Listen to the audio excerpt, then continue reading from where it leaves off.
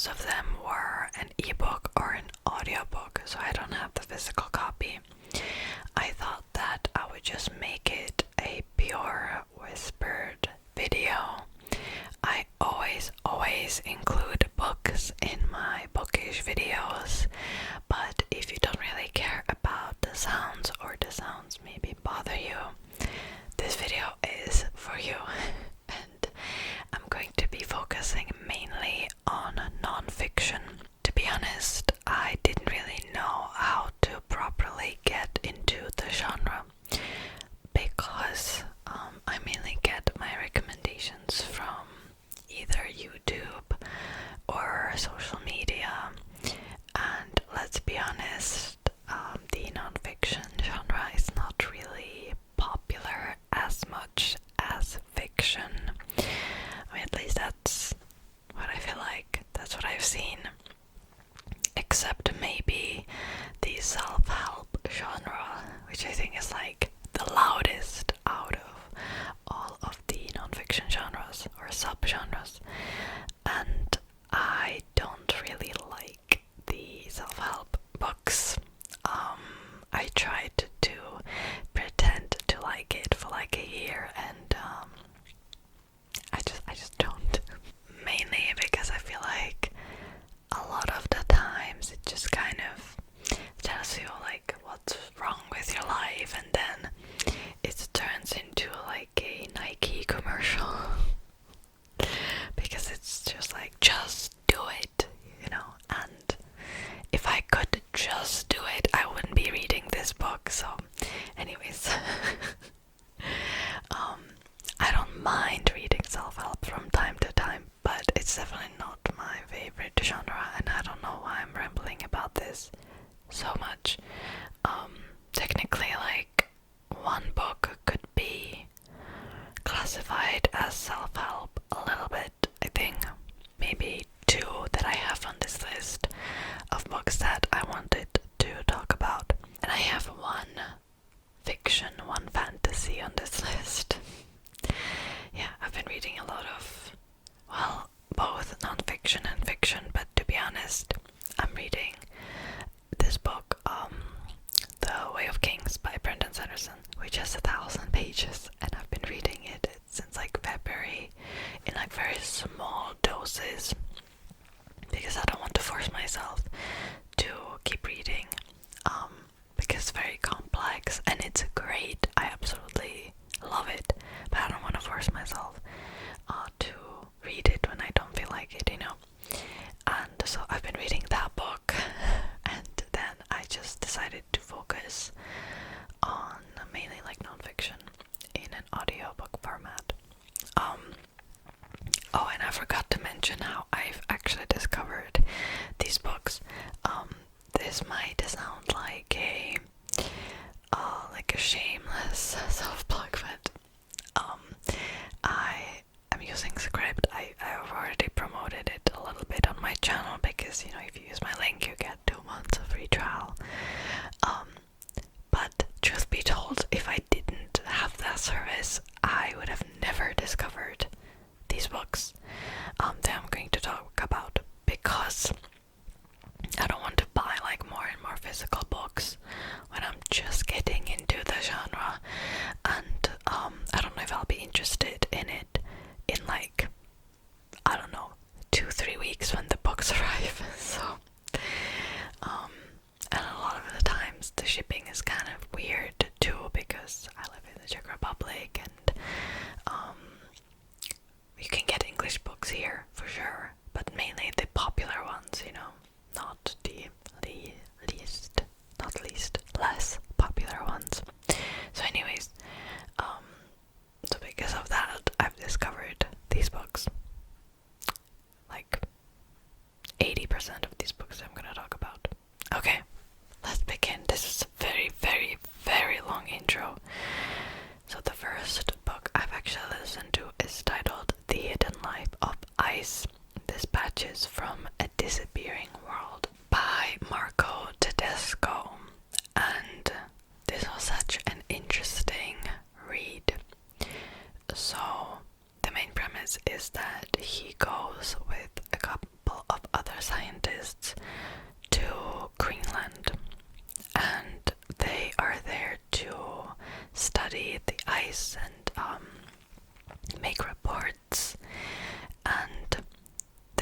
focuses a little bit on science, but it also focuses on like his personal life a little bit and the climate change. It's almost like a scientific book combined with a memoir, and I didn't mind that actually. I thought it was very well done. I've discovered this book because I really wanted to read a book about nature, and ice was just interesting to me. And he talks about some very interesting phenomenons. It was very good to kind of hear the perspective of a scientist who goes to this specific area quite often. And it also combined some mythology of the Greenlandic people, the Inuit people too. And that was super interesting. I feel like I need to make a video talking about mythology from that area. Anyways, highly recommend this book if you are curious about ice and about life as a scientist too, because it's very different, I feel like, compared to like being a regular, 9-to-5 worker. Anyways, the second book is titled Seasons of the Moon, Folk Names and Lore of the Full Moon by Michael Carapetta. And this was a very short and sweet book, and it talks about the folk names and lore of the full moon, as the title says. So there are certain cultures that would name the full moons in specific months, either because it was related to harvest sometimes, or to hunger.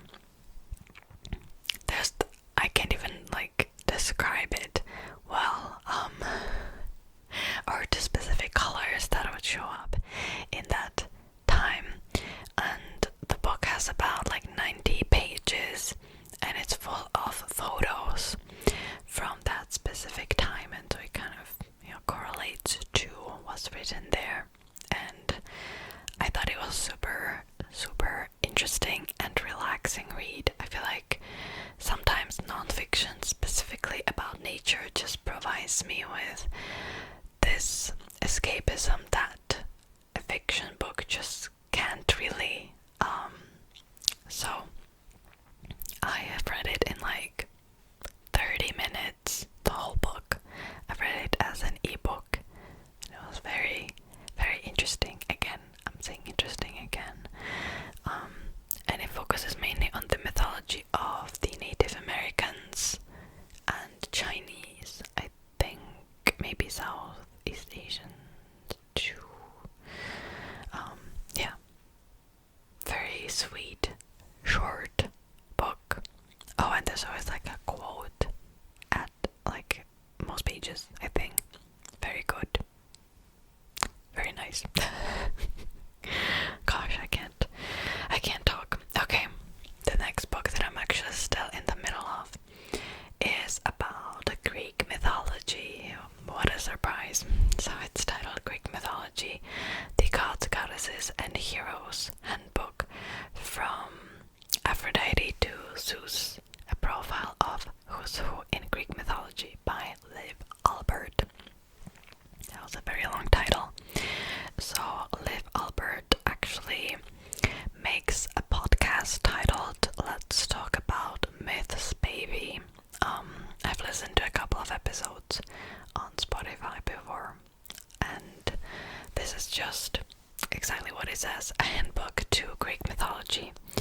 And I actually really enjoy these short, sweet handbooks. I love retellings too, but I'm gonna be honest, sometimes it's a little stressful to be reading about these terrible events and violence and incest and you name it. And so the handbook provides information to you in a more digestible way, I guess. I've already mentioned that I liked Greek mythology as a kid, but I've never read the Percy Jackson series. Almost everyone everyone that had that phase, I guess. That's because I had this handbook from a library just strictly talking about the myths. I think I was about like 9 years old or 10, and that's what really got me into mythology, just reading these stories as they were kind of presented to you in like simple way, I guess you could say that. So this book is exactly like that. I tried looking for that book that I've read as a child. It was definitely written in the Czech language. I think I found it as an ebook, but it's a very old book. So this is kind of like a nice supplement to the book that I was reading about, like, was it like 2 years ago? I think I've read the book and I didn't remember a lot of the myths anymore. I might have not even finished it now that I think about it. I need to read it again. The Czech book about Greek mythology. Anyways, I'm rambling a lot in this video. I hope you don't mind. Okay, so there's that. Then I have read Blink: The Power of Thinking Without Thinking by Malcolm Gladwell. And this is a book about psychology. It's sort of advertised as self-help, but it's really not self-help, I think, because it only provides you with case studies. And so it's about how your brain makes very quick decisions on a subconscious level. So before you decide something, your brain kind of already made that decision for you in a matter of milliseconds, maybe even shorter sometimes. And so this book kind of gives you case studies of when you can use it to your advantage, or where you should be wary, because sometimes the judgments of your brain are just not correct, and then you can make really terrible decisions based on the quick judgment of your brain. And this was really interesting. It kind of explains this almost internalized not just misogyny or racism, but just your perception of the world. And even though you consciously know that it's wrong, your subconscious kind of decides it for you because it's kind of coded in your brain. I don't know, it's very interesting.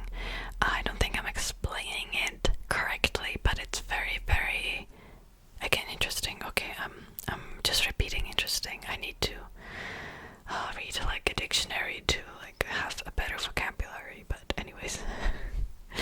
So highly recommend this book. It doesn't really give you a manual how to control it though. It kind of tells you this is what your brain does, and you need to be aware of that.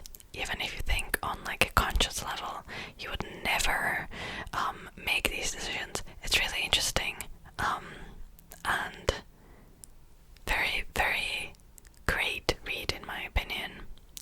I've actually read that book for a video for my booktube channel, and I'm really glad, because I don't think I would discover it otherwise, because it's just so out of my like comfort reading zone. Then I didn't finish yet, but I will finish it soon. Quiet: The Power of Introverts in a World that Can't Stop Talking by Susan Cain.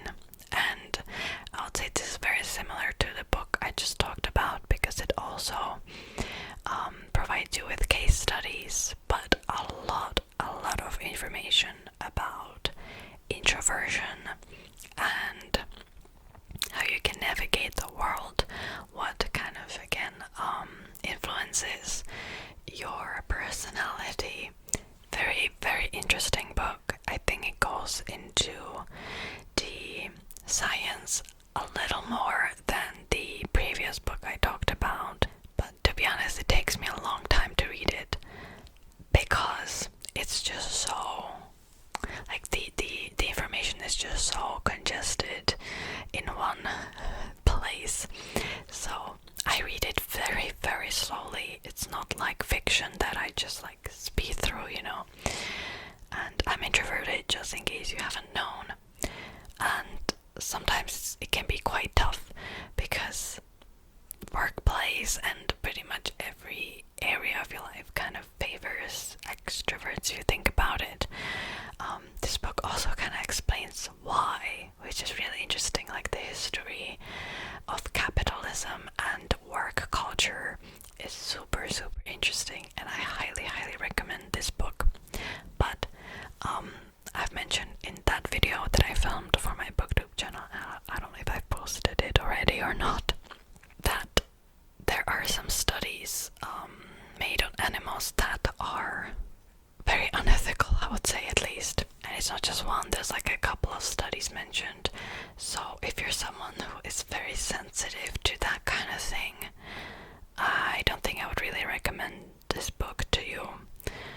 So yeah, just to be aware of that, because I wasn't expecting that, and it's honestly what kind of put me off from reading the book a little bit, because I just don't want to read about it. Yeah.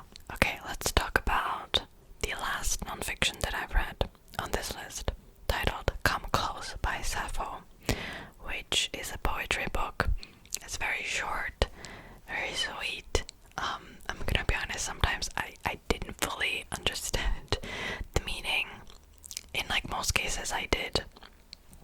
But it's very flowery, I guess. Very whimsical almost, in my opinion. But a great poetry book regardless, and I want to read more of Sappho's poetry in the future as well. Okay, the last book that I have on this list is titled The Queen's Poisoner by Jeff Wheeler, which is part of the King Fountain, technically trilogy. There are more books that take place after the events of the first trilogy. And I'm not fully finished with the trilogy. I have read the second book, titled The Thief's Daughter, and now I'm on the third book. This is such a good, I don't know if it's YA, I guess it's YA fantasy, especially the first book is almost like middle grade, because the main character is 8 years old, and then he is 17 in the second book, and then he is 24 in the last book. This is such an underrated fantasy book. I can't even begin to describe it. The world is very complex, and it focuses a lot on political intrigue, battles, manipulation, power. What else? Kind of love and betrayal. I was so betrayed by this book. By the second one, I can't give you spoilers, but I had to stop reading it for like 2 weeks because I had to get over the betrayal I felt. But I guess that's what makes the book great, you know, if you can feel real emotions when you read it. That's what's good, right? But still, very good. I can't tell you much about it. Okay, wait, let me tell you about the events of the first book a little bit, okay, so you would know what I mean. So our main character, Owen Giscaden, is 8 years old, and he gets taken to the king's palace because of a betrayal of his father. And one of his brothers actually gets killed for the treason of his father as well. And so he's basically taken to the palace as like a hostage almost. And the story goes from there. There's magic as well, but it's very rare. Only a few people possess or can possess the magic, and the magic system is very interesting because it's kind of based on like filling a bucket of water, if that makes sense. Whoever can possess magic is called Fountain Blast,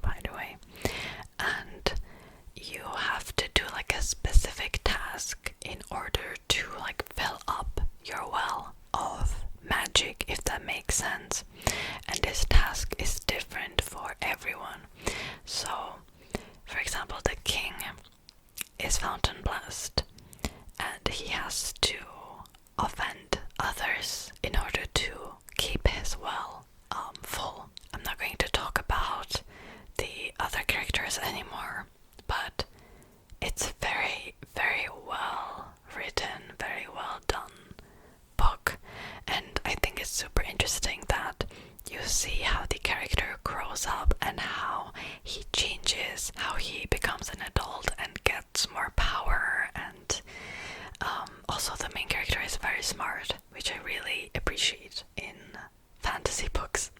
I cannot tolerate fantasy books or any books in general with stupid characters.